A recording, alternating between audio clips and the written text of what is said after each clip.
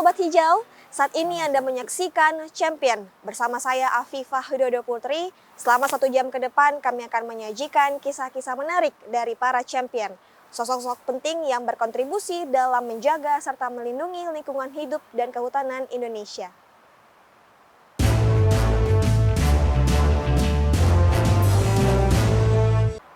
Sobat Hijau, pasti Anda sudah tidak asing lagi dengan Polhut atau polisi hutan yang bertugas menjaga dan melindungi hutan.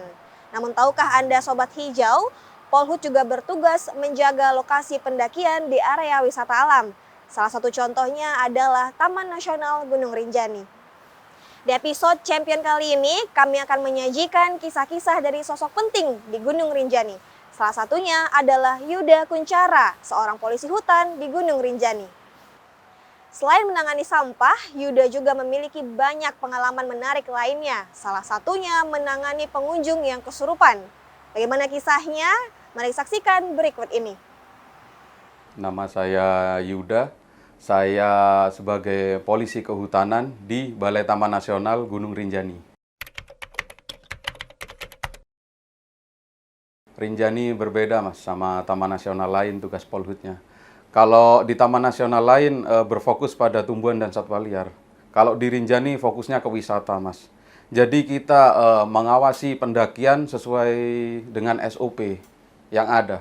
Kayak gitu. Mulai dari pelayanan pengunjung, terus briefing pendaki, pengecekan peralatan pendaki. Ada lagi patroli jalur Mas, itu juga penting dilakukan gitu. Iya, jadi kalau kita bicara aktivitas outdoor hiking ya, trekking atau hiking, itu berhubungan sama kondisi fisik Mas yang dominan, sama pikiran. Jadi kondisi fisik dulu harus bagus, kondisi tubuh bagus, sehat, terus sering olahraga, wajib kayak gitu. Yang kedua, disokong sama peralatan lengkap Mas. Jangan sampai kita pakai peralatan yang nggak bagus-bagus amat. Beda Gunung Rinjani sama gunung lain kan. Kemudian nutrisi sama istirahat harus cukup Mas. Nah, baru yang ketiga itu harus terdaftar dan memiliki tiket di aplikasi Rinjani. Kita Gunung Rinjani itu bookingnya udah booking online Mas, bukan manual, bukan sobek tiket lagi. Jadi kita pakai aplikasi Rinjani, ada di Play Store, nanti cashless di situ. Jadi bayarnya transfer, tidak perlu pakai uang tunai. Itu aja. Tantangan yang pertama jelas sampah, Mas. Itu di mana-mana berserakan dan volumenya sangat tinggi, seperti itu. Memang kesadarannya yang kurang masih dari pelaku wisata ini. Kemudian yang kedua, kemarin Mas, H+3 Lebaran. Kami kan sempat FYP di TikTok tuh, teman-teman juga banyak di sana. Kami menyetop 103 pendaki, Mas. Bayangkan saja 103 orang versus 3 orang. Kalau dikeroyok kan habis kita dihajar. Bukan hanya dikeroyok di tempat lapangan. Kemarin itu kami dihajar di sosmed juga kan. Kayak gitu. Ini kan kejadian seperti ini sering terjadi sebenarnya. Tapi kemarin kan momennya pas setelah Lebaran sampai 103 orang punya tiket bodong gitu loh, Mas. Nah, itu kita himbau kepada halayak ramai atau calon-calon pendaki supaya membeli tiket di agen yang terpercaya atau cek di aplikasi Rinjani atau buka Instagram kita BTN_Gunung Rinjani. Itu di situ pusat informasinya. Jangan sampai tertipu lagi. Kemudian ada yang ketiga Mas, tantangannya. Kita harus menjaga keselarasan hubungan antara masyarakat sekitar dan stakeholder. Itu penting juga dalam menyokong pendakian. Karena Gunung Rinjani itu bukan gunung eksklusif punya Kementerian Kehutanan atau Balai Taman Nasional, tapi punya kita semua. Seperti itu, Mas. Jadi kami udah melakukan penerapan digitalisasi, Mas. 4.0, 4.0 itu udah duluan. Kita basic aplikasi yang bisa di-download langsung di Play Store. Itu ada, kita cashless, menghindari uang tunai.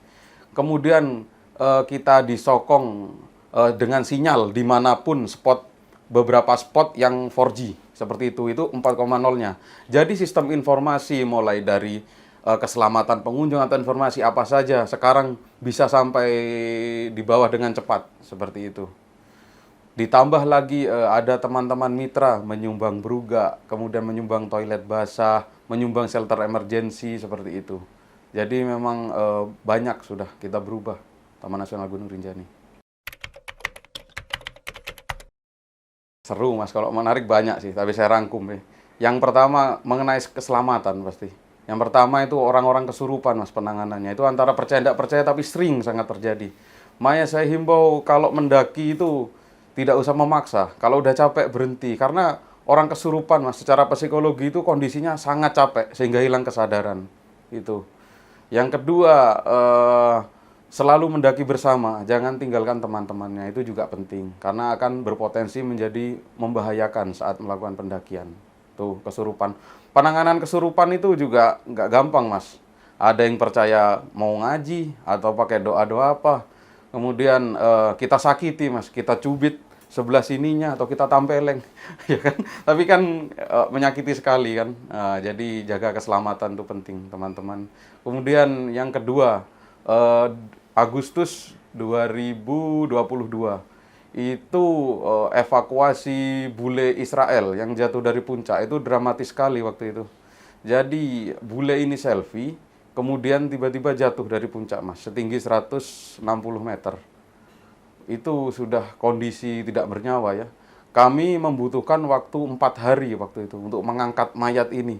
Karena kondisi puncak yang tekstur tanahnya batuan lepas seperti itu, buat angkor manusia ke bawah aja susah. Kita nggak tahu mau tali di mana, tapi berkat teman-teman volunteer, teman-teman Basarnas dan pihak-pihak terkait, alhamdulillah proses evakuasinya berjalan lancar seperti itu aja. Mungkin pengalaman menariknya itu banyak sih mau ceritakan, tapi itulah.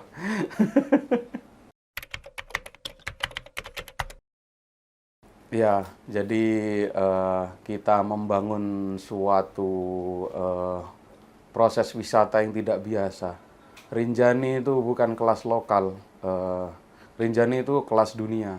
Jadi kita butuh kesadaran tinggi, mulai dari petugas, kemudian pelaku-pelaku wisata dan pendaki-pendaki. Tolong sadar, tolong patuhi SOP pendakian kita.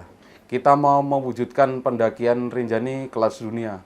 World Class Mountaineering, Zero Waste, Zero Accident, dan Fast Response, seperti itu. Kemudian disokong dengan infrastruktur yang tinggi juga. Nah, semboyan kita adalah Rinjani kita, itu Rinjani kita bersama, bukan punya satu orang, seperti itu.